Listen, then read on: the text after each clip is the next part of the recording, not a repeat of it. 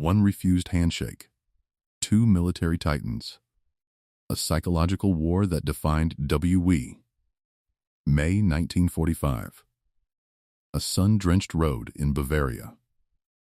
Field Marshal Albert Kesselring, the man Hitler called his Iron Albert, steps out of a luxury car. He is smiling.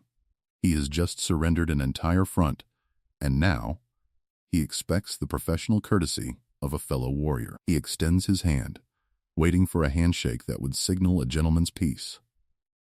But General George S. Patton doesn't move. He doesn't salute. He doesn't reach out. For 10 agonizing seconds, the Field Marshal's hand hangs in the empty air, unwanted, ignored, and humiliated. In that silence, the entire hierarchy of the Wehrmacht. Kesselring thought he was meeting an equal. Patton knew he was meeting a criminal. Today, we conduct a forensic audit of the 10 seconds that broke the spirit of Germany's highest-ranking commanders. This is the story of why Patton used disrespect as his most lethal weapon. George Smith Patton, Jr. was not a complex man. He was a contradiction. Born into privilege in California, educated at West Point, he saw warfare the way a Renaissance painter saw canvas, as an art form requiring both brutality and beauty. By May 1945, Patton had become something the Wehrmacht feared more than any other Allied commander. He was unpredictable. His troops loved him. His superiors, his enemies respected him, which is precisely why they feared him. Patton believed in reincarnation. He claimed to have fought in dozens of past wars. This wasn't delusion, this was psychology. He used his eccentricity as a weapon. The Germans knew Patton was capable of anything, because they believed Patton didn't know what he was capable of. By 1945, Patton had seen enough German atrocities to understand one fundamental truth. The Wehrmacht was not an honorable military force. It was a machine that had committed crimes against humanity, and it expected to be treated with the dignity it had stripped from millions. Albert Kesselring was everything Patton was not: reserved, calculated, German precision embodied. Known as Smiling Albert for his perpetually pleasant demeanor, Kesselring was the Wehrmacht's most successful defensive commander. While most German generals had become either broken wrecks or fanatics by 1945, Kesselring remained composed. He surrendered not because he was defeated, he surrendered because he understood mathematics. And the math said, Germany had lost. But here was Kesselring's fatal miscalculation. He believed that because he was a professional soldier, he deserved professional courtesy. He had followed orders. He had commanded competently. Therefore, he should be treated as a peer, a fellow soldier, who had simply lost a chess match. Kesselring did not understand that he had not just lost a war. He had lost the right to expect respect. It is May 7th, 1945. Germany has surrendered unconditionally 3 days earlier. The Nazi regime is collapsing. Hitler is dead a suicide, just days before. But for men like Kesselring, there was still one thing that could be salvaged: reputation. The Field Marshal arranged this meeting carefully. He would surrender to an American general, not a Russian, not a Brit, an American. And he would do it with dignity, with ceremony, with the ritual of warriors, acknowledging warriors. He dressed impeccably. He composed himself. He prepared his handshake. The moment. 10 seconds of silence. The car door opens. Kesselring emerges, hand extended, smile intact. For a man who has commanded millions, who has orchestrated the deaths of hundreds of thousands, who has built fortifications across entire continents, this should be a moment of grace. This is how the greatest generals retire: with respect, with honor, with the recognition that they fought well. Patton's hand remains at his side. The smile on Kesselring's face doesn't fade. But something in his eyes changes. In that moment, the Field Marshal understands. This is not a negotiation. This is not a meeting of peers. This is a verdict. The 10 seconds stretch like hours. No handshake. No salute. No words. Just the sound of wind across the Bavarian landscape and the sound of silence being weaponized. When Patton finally speaks, his words are ice. You surrendered an army that committed crimes against humanity. You don't get the handshake. You get a cell. Hierarchical load. The exact words vary in different accounts, but the meaning was consistent. The psychology of ritual A handshake is not just a gesture. It is a ritual of acceptance. When you shake someone's hand, you acknowledge several things simultaneously.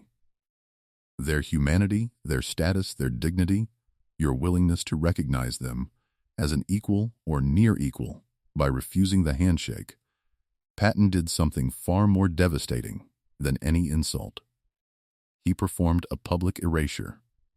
In front of witnesses, in broad daylight, Patton declared, "You are not worthy of basic human recognition." This was not just humiliation. This was ritualistic rejection.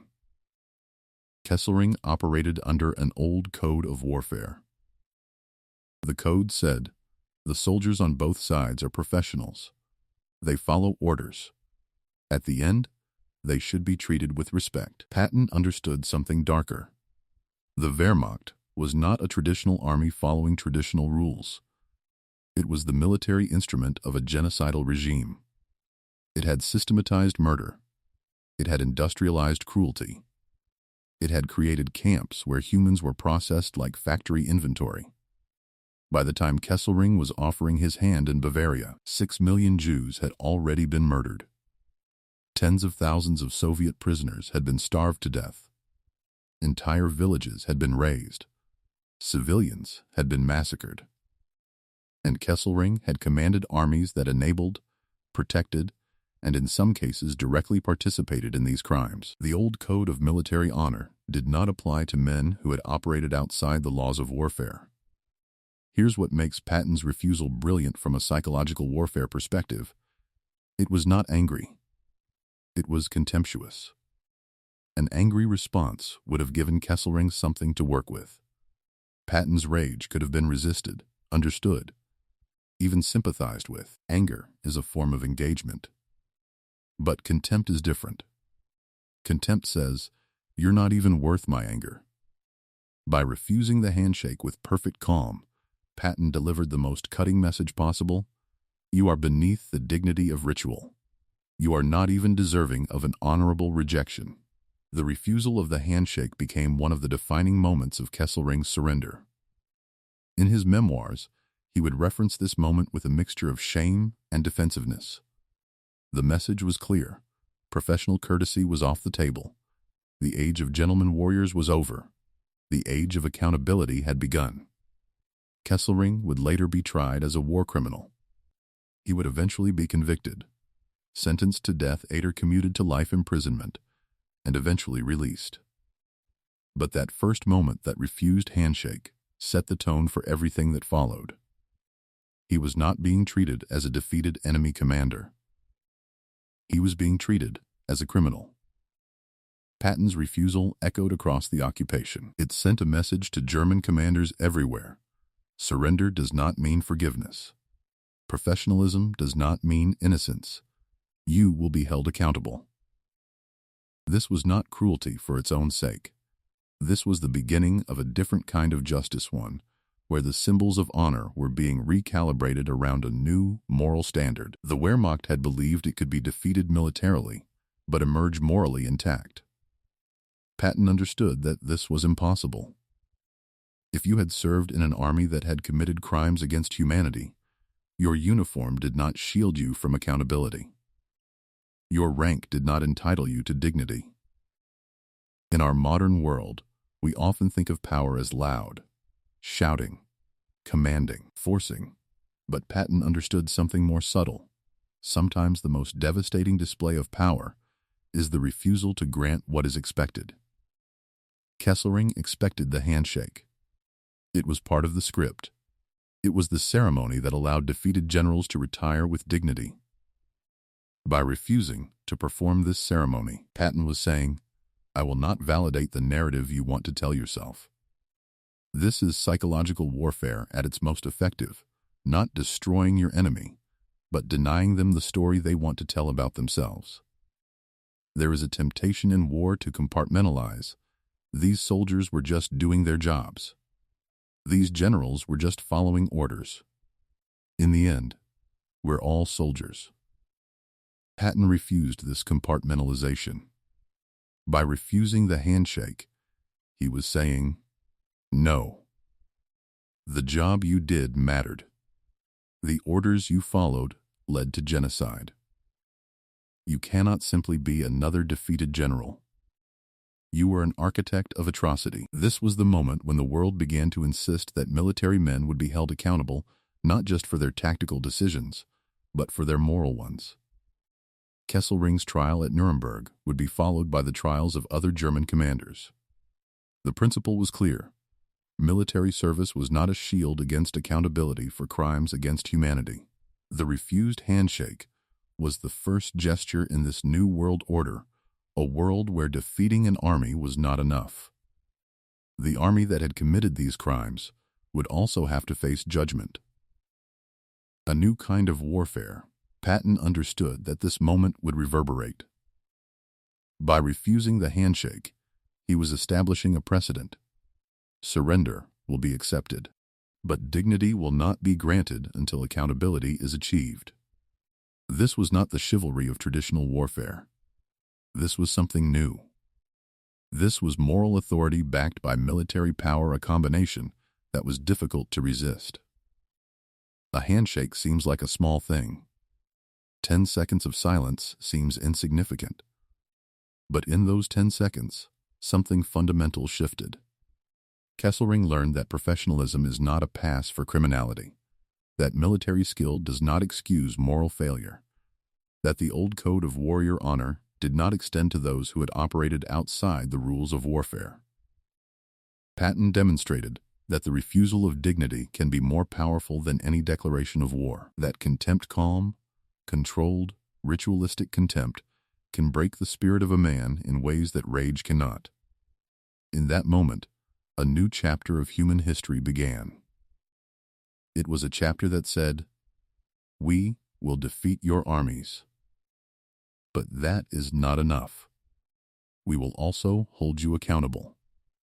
And we will not let you pretend to be honorable men." The handshake that Kesselring offered and Patton refused became a symbol of everything that was about to change in the world. It became the moment when the age of accountability was born. 1. Refused handshake. 2. Military titans.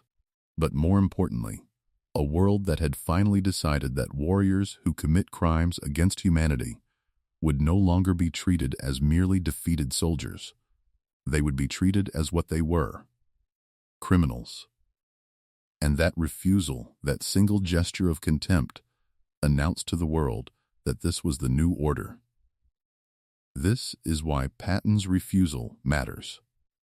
Not because it was cruel, but because it was just. And sometimes, in the darkest moments of human history, justice